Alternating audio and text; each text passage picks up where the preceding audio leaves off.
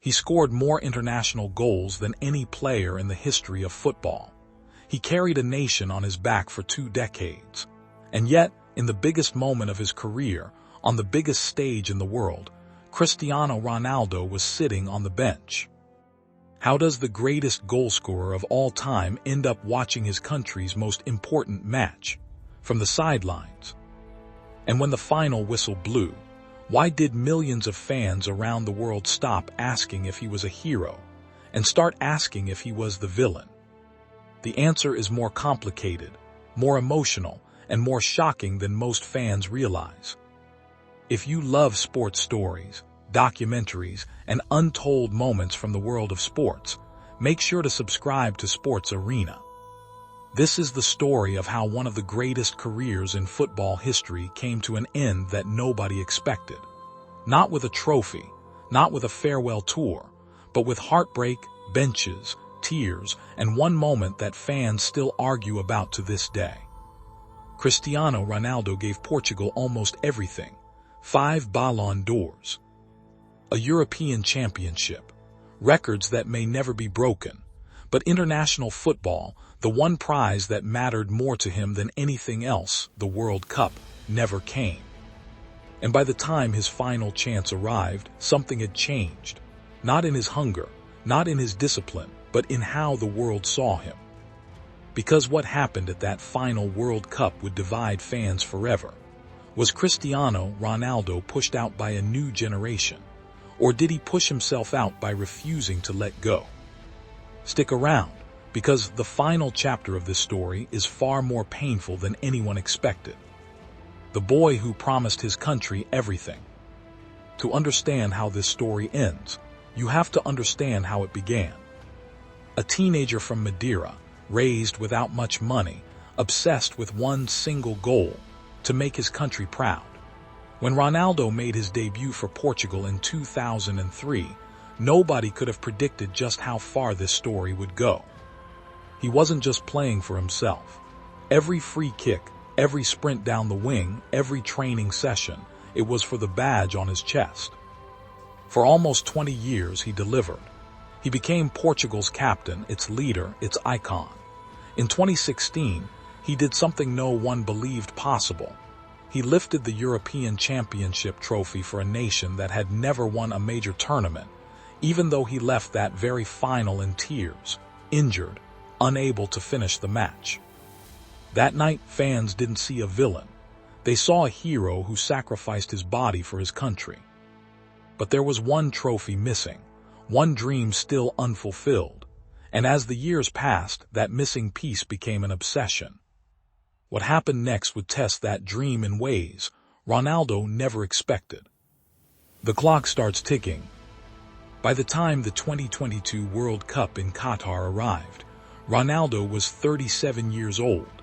In football, that's not just old, it's almost unheard of at the highest level of international competition. Most players his age had long since retired from the national team, but Ronaldo wasn't most players. He had built his entire career on defying age, defying doubters, defying the idea that greatness fades. Still, something was different this time. A new generation of Portuguese talent was rising, young, fast, hungry players who didn't need to be built around one single superstar. Names like Bruno Fernandes, Bernardo Silva, and a teenager who was about to change everything, Gonçalo Ramos. Almost nobody knew what was coming behind the scenes. Tension was building inside the camp, and it wasn't just about tactics.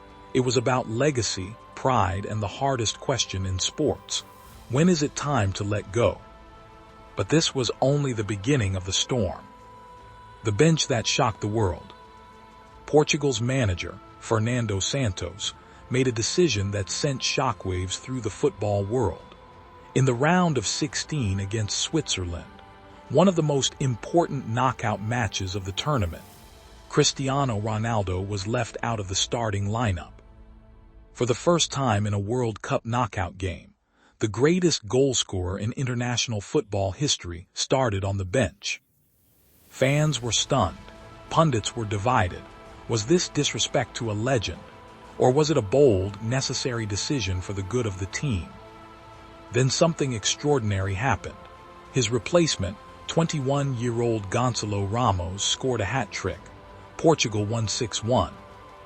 And suddenly, the conversation shifted entirely.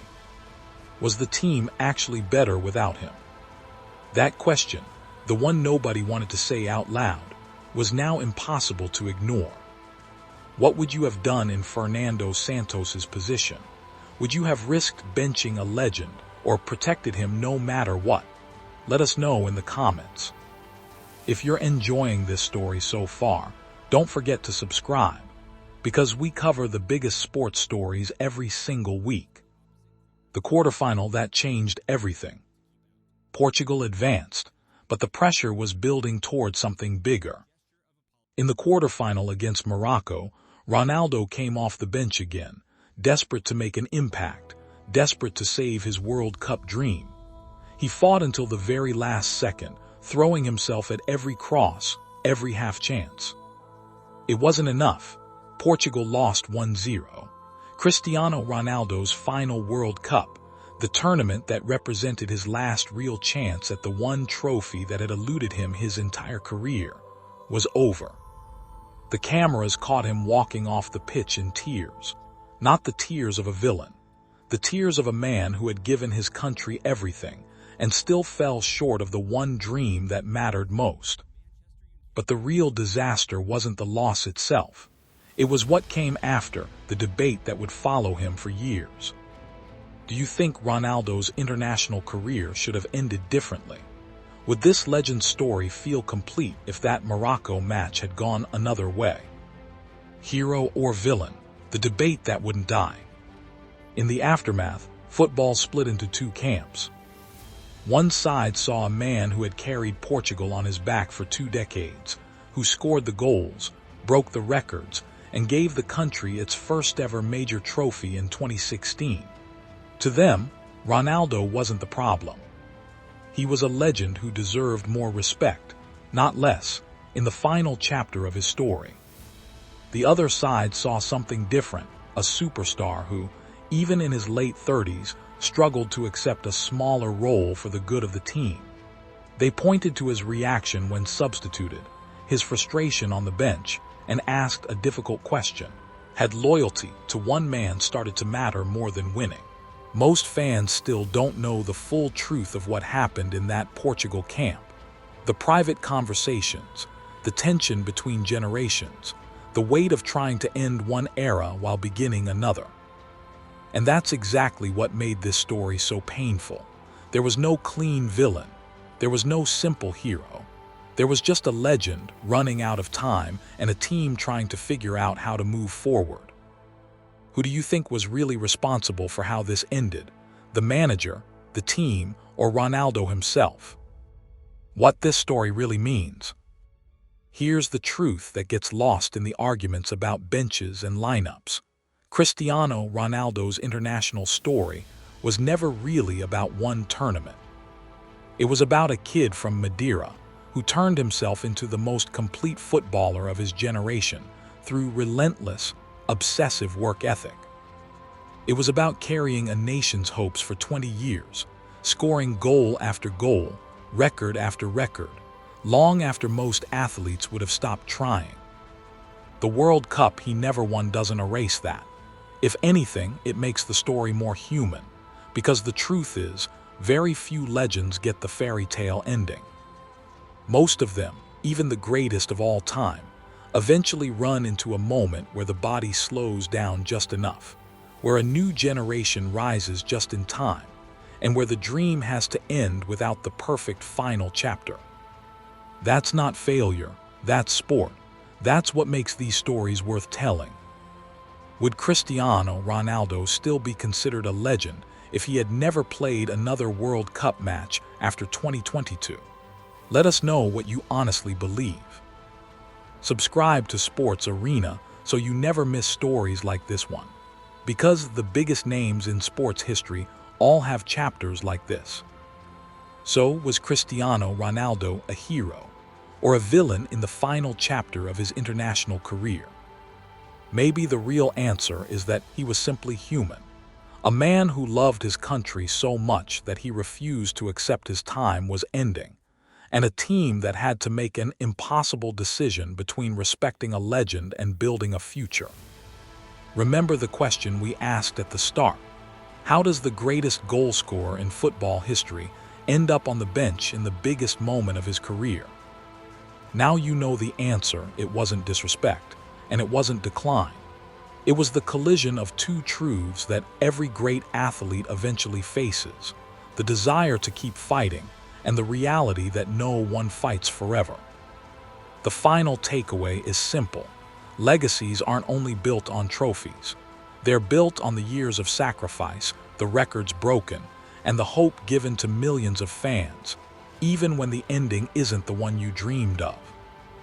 So we'll ask you one final time: hero or villain? Or maybe just a legend who gave everything he had? Subscribe to Sports Arena for more incredible sports stories, rise and fall documentaries, business breakdowns, and untold moments from the world of sports. And if you want to understand how another icon's career ended in controversy,